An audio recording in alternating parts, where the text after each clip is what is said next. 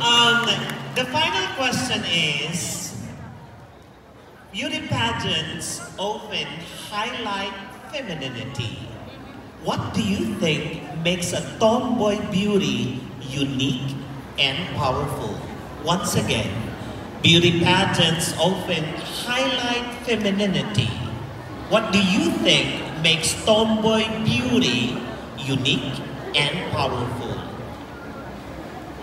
As a tomboy, I realize that we are all different, but I can tell that we are all empowered and proud to show ourselves to all of the people. And we are not very different to other pageants because we are also have the capability to show our true selves, our advocacy, and our confidence. And I know Tomboy Philippines is one of the best examples of that. Thank you. So the question is, beauty pageant often highlight femininity. Now, what do you think makes a tomboy beauty unique and powerful? Once again, beauty pageant often highlight femininity. What do you think makes a tomboy beauty unique and powerful? Good evening, everyone.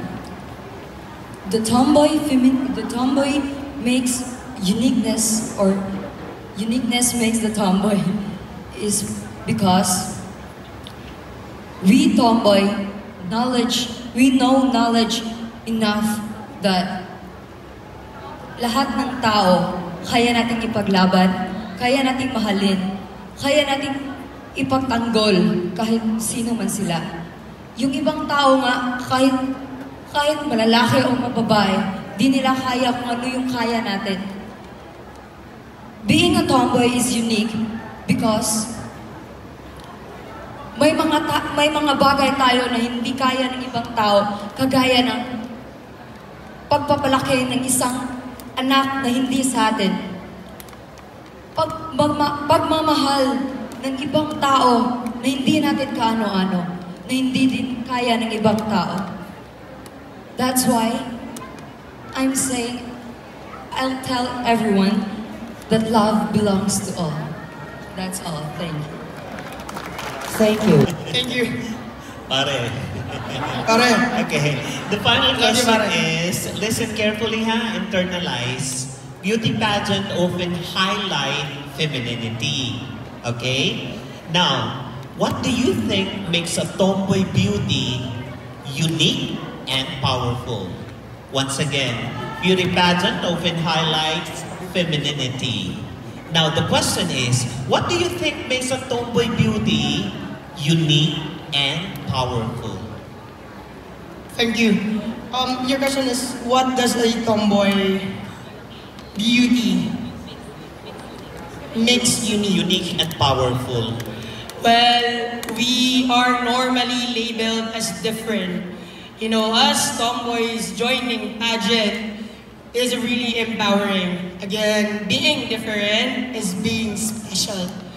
Us being able to represent yung true beauty mo bilang tomboy, you inspire younger generations, you uplift their morale, and you inspire them to be true to themselves. Diba? That's why this is not just, thank you so much Tomboy Philippines for making this event. You're really giving us space in the community. And it is reminding every people, every type of gender that we have, that tomboys are capable. And we are not just tomboy. And dun sa mga nanlalait sa amin, ladies and gentlemen, tao po kami, hindi po kami hayop. And we deserve love, respect, and equality. Thank you.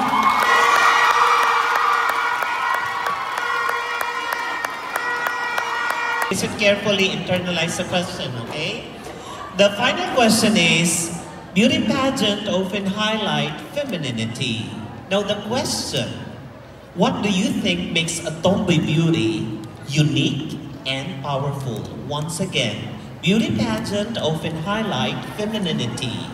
What do you think makes tomboy beauty unique and powerful? Good evening, ladies and gentlemen. For me, being a tomboy makes unique and powerful. Being a tomboy is hindi lang nababase sa kung anong panlabas na anyo natin. Ang pagiging tomboy ay isang katapangan na ipakita kung sino ka kahit iba ka pa. At naniniwala ako na ang pagiging isang tomboy ay hindi lamang pagiging tomboy lang. Ito ay may isang katapangan na kaya mong ipahayag sa buong mundo na kayang-kaya mong tumayo sa iyong sariling mga paa. Andito ako ngayon sa inyong harapan.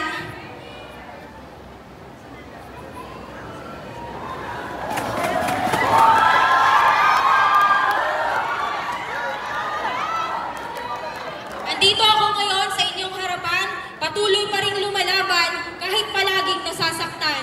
And I thank you. The question is, are you ready? Yes, ma'am. Okay. Beauty pageant often highlights femininity.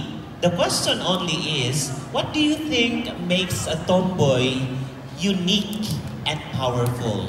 Okay, once again, beauty pageants often highlights femininity. What do you think makes a tomboy unique and powerful? So the tomboy makes unique and powerful, being a resilient and being transparent. Because we all know, ladies and gentlemen, that being a tomboy is able to adapt anything in this world. And I know, ladies and gentlemen, we deserve this. And that could be all. Thank you.